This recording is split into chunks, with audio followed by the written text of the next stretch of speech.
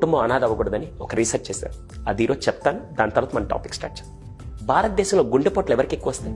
మగవాళ్ళకి, ఆడవాళ్ళకి? మగవాళ్ళకి ఎక్కువ. మగవాళ్ళకి. ఎందుకు? బీపీ, కొలెస్ట్రాల్, షుగర్ వల్ల కాదు. దేని వల్ల తెలుసా? టెన్షన్స్ వల్ల. చిన్నప్పుడు మీరు చూడండి, మనకి ఏదైనా బాధ కలిగితే అమ్మ దగ్గర నాన్న దగ్గర ఏడ్చిన రోజులు ఉంటాయి.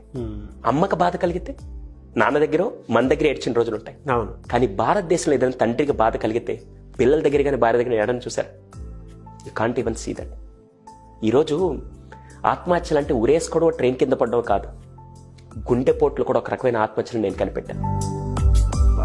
ఒక కొడుకు కూతురు వాళ్ళకి టాపర్స్ అయ్యి సర్టిఫికెట్లు తీసుకొని వచ్చి ఈరోజు నాకు బ్యాంక్ ఆఫర్ ఇంత వచ్చింది, నాకు ప్యాకేజ్ ఇంత వచ్చిందని చూపిస్తే అది కాదు నిజమైన గ్రేట్నెస్. మీరు నిజంగా ఒక 10వ క్లాస్ చదువుతున్నారంటే ఆ 10వ క్లాస్ మిమ్మల్ని మాన్పించి రోడ్డు మీద కూలి పనులు చేసుకొని బతకమన్నా కూడా బతికే స్థాయి ఆ టైంకి వచ్చినట్టే కదా. ఆనెస్ట్గా మాట్లాడితే ఇప్పుడు ఏమి లేకపోయినా నేను బతకగలుగుతాను స్థాయి వచ్చింది కదా. ఆ రోజు మీ తండ్రి దగ్గర కూర్చొని, నాన్న ఇప్పటిదాకా మీకు ఆనందం వస్తే ఎవరితో పంచుకున్నా నాకు తెలియదు, బాధ వస్తే ఎవరితో పంచుకున్నా తెలియదు, ఇప్పుడు నేను కొడుకుగా కూతురుగా నేను ఎదిగాను, ఈసారి మీకు ఏదైనా కష్టం కలిగితే నాతో పంచుకోండి అని ఒక్క కొడుకో కూతురు ఎప్పుడైతే భరోసా ఇస్తుందో ఖచ్చితంగా ఏ కుటుంబంలో గుండెపోట్లు రావని నేను చెప్తాను. 100% అండి. అర్థమైంది?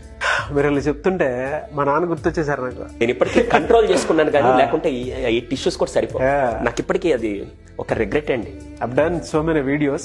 Sorry, ఆ రోజు ఏం ఫీల్ అయ్యారో నాకు ఇక్కడ కూర్చుంటే ఇలా అంటే నేను మామూలుగా మిమ్మల్ని చూస్తే నాకు అలా అనిపిస్తుంది అంటే ఆ రోజు మీ గుండె ఎంత ఏడ్చుంటుందో నేను ఐ కెన్ సెన్స్ ఇట్. కానీ ఇక్కడ ఆ తండ్రి గొప్పతనం ఎప్పుడు తెలిసిందండి. తండ్రి ఎప్పుడు డైరెక్ట్గా ఏమి నేర్పాడండి. చాలా విషయాలు చెప్తాను. చాలా మంది అంటారు మా నాన్న ఇది నేర్పించాడు అంటే ఆయన మాటల ద్వారా మీరు నేర్చుకున్నది కాదు, ఆయన ఏం చేస్తున్నాడో చూసి మీరు ఇన్స్పైర్ అవ్వచ్చు. గుణం, ద క్యారెక్టర్, ద వాల్యూస్. మా నాన్నగారు పళ్ళ వ్యాపారం చేశాడు. రోజుకి 200 సంపాదించిన గగనం. ఆ 200తో కుటుంబం నడపడమే చాలా కష్టం. కానీ మా నాన్న ఏం చేశాడు తెలుసా? మా బస్ స్టాప్ దగ్గర బండి పెట్టుకున్నాడు. ఆ బస్ స్టాప్కి వెళ్ళాలన్నారు మా నాన్నకు బాగా తెలుసు.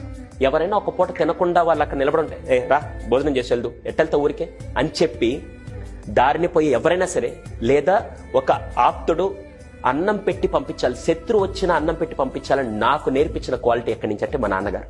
ఆయన నాకు డైరెక్ట్గా చెప్పలే, కానీ ఆయన బెస్ట్ క్వాలిటీ నేను అబ్జర్వ్ చేశాను. సబ్ కాన్షియస్ లోనూ నరనరాల్లో ఇంకిపోయి ఉంటుంది అన్నది. వాళ్ళు చేసే ఏ చిన్న మూమెంట్ అయినా సరే మనల్ని కొంచెం మన ఏజ్ పెరిగే కొద్దీ ఇన్స్పైర్ చేస్తాయి. తెలియకుండా క్వాలిటీని మనం డెవలప్ చేసుకుంటాం. ఆ క్వాలిటీయే మనల్ని నడిపిస్తుంది. ఎగ్జాక్ట్లీ. కానీ ఈ రోజుల్లో చాలా దౌర్భాగ్యం. సారీ ఇలా మాట్లాడలేదు, మా నాన్నగారు నాకేం ఆస్తి ఇవ్వలేదండి. ఎంత దౌర్భాగ్యమైన స్థితి అది. అసలు ఈ రోజు మన ఇద్దరం ఇలా ఉన్న ప్రపంచంలో ఇంతమంది ఉన్నాం అంటే కారణం ఫస్ట్ హీరో నాన్నే లేకుంటే మన బతికెక్కడ ఉండేది? ఒక్కసారి నాన్నని తీసి మీ జీవితాలు ఊహించుకోండి. ఇక్కడ చూసే వాళ్ళందరికీ అదే క్వశ్చన్ చెప్తాను. చాలా సెషన్లకు వెళ్ళినప్పుడు పిల్లలకి చెప్తాను, నాన్నని టేక్ ఇట్ ఫర్ గ్రాంటెడ్. నాన్న ఏదన్నా వస్తువు అడిగితే కొనియడానికో, నాన్న ఏదన్నా కావాలంటే అవసరం తీర్చడానికి మెషిన్ లాగా ఆలోచిస్తున్నారు చూసారా? అంతకంటే దౌర్భాగ్యమైన స్థితి లేదు. అది ఎవరికి తెలుస్తుంది తెలుసా? నాలాంటి దౌర్భాగ్యాలకే తెలుస్తుంది. ఆ బాధ ఎప్పుడు తెలుస్తుంది తెలుసా? ఒక్కరోజు మీ నాన్నగారు లేని జీవితాన్ని ఒకసారి ఊహించుకొని చూడండి. మీరు ఇందాక మాట్లాడుతూ స్టార్టింగ్ లో అన్నారే, వెనక్కి తిరిగి చూసుకుంటే ఆ నాన్న అనే రెప్లికా లేకపోతే మనం ఉండేవాళ్ళం కాదు. అవును.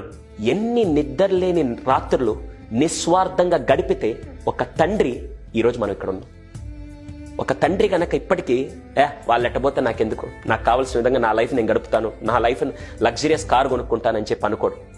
ఇప్పటికీ తను ఎప్పుడో కన్నా బండిని తుడుచుకుంటూ వాడుతుంటే పిల్లలు హేళన చేస్తాడు. ఎందుకు నాన్న ఇంకా ఆ బండినే వాడుతున్నావు అంటే, ఆయన బండి కొనలేక కాదు, ఆ బండి కొనే పొజిషన్లో నీకేదైనా మంచి భవిష్యత్తు ఇస్తే బాగుంటుందని చెప్పి తను నిస్వార్థంగా నీ కోసం స్వార్థంగా పనిచేసే వ్యక్తి ఒక తండ్రి. ఎప్పుడు కూడా తండ్రిని మెషిన్ లాగా చూడడం మాత్రం ఈ జనరేషన్ ఫస్ట్ తగ్గించుకోవాలి. Sorry to say this. 100% అండి. ఎందుకంటే